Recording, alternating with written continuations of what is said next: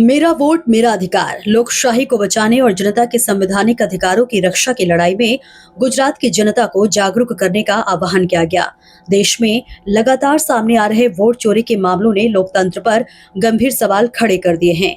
लोकसभा में विपक्ष के नेता और जननायक राहुल गांधी ने बेंगलुरु सेंट्रल लोकसभा क्षेत्र में वोट चोरी से जुड़े कई तथ्यात्मक जानकारियां सार्वजनिक की है। कांग्रेस का आरोप है कि भाजपा सरकार और उसके सहयोगी संगठनों द्वारा अलग अलग तरीकों से वोट चोरी की जा रही है। मतदाता सूची में नकली नाम, गलत फोटो और फॉर्म 6 का दुरुपयोग आम हो गया है। राहुल गांधी ने चुनाव आयोग से 5 बड़े बदलाव पूछे। मतदाताओं की लिस्ट डिजिटल और मशीन रीडेबल फॉर्मेट में जनता को क्यों नहीं दी जाती? वीडियो सबूत नष्ट क्यों किए जा रहे हैं? मतदाता सूची में धांधली क्यों हो रही है? क्या चुनाव आयोग भाजपा के एजेंट की तरह काम कर रहा है? विपक्ष के सवालों का जवाब देने के बजाय धमकियां क्यों दी जा रही है?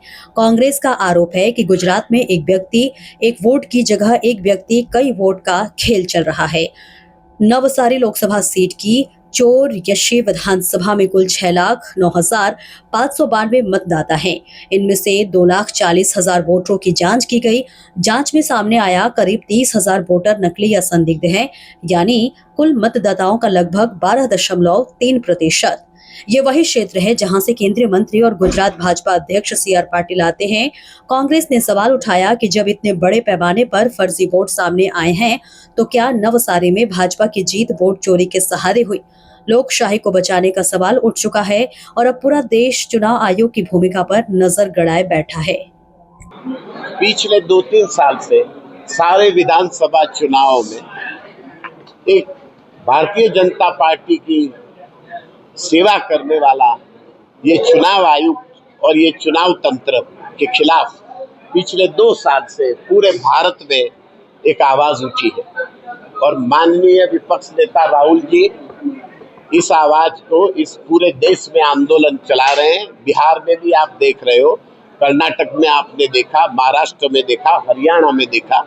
हर विधानसभा चुनाव में हमारे सामने चुनाव आयुक्त भारतीय जनता पार्टी की सेवा कर रहा है, ये हमारे सामने एक प्रतिपादित हुआ है।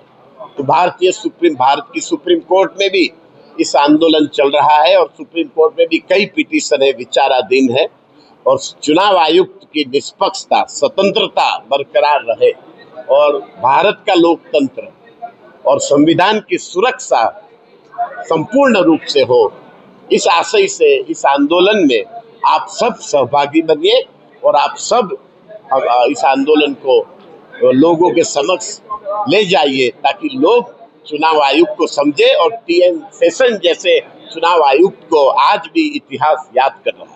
झुंबेश जो है कब से चलाया जाएगा और कहाँ से? झुंबेश वैसे तो चल रही है सुप्रीम कोर्ट में, मीडिया में, हर जगह, लेकिन अब आम जनता के सामने सही झुंबेश कर रहे हैं और कल 2 अक्टूबर से हम आम जनता के सामने सही झुंबेश शुरू कर रहे हैं।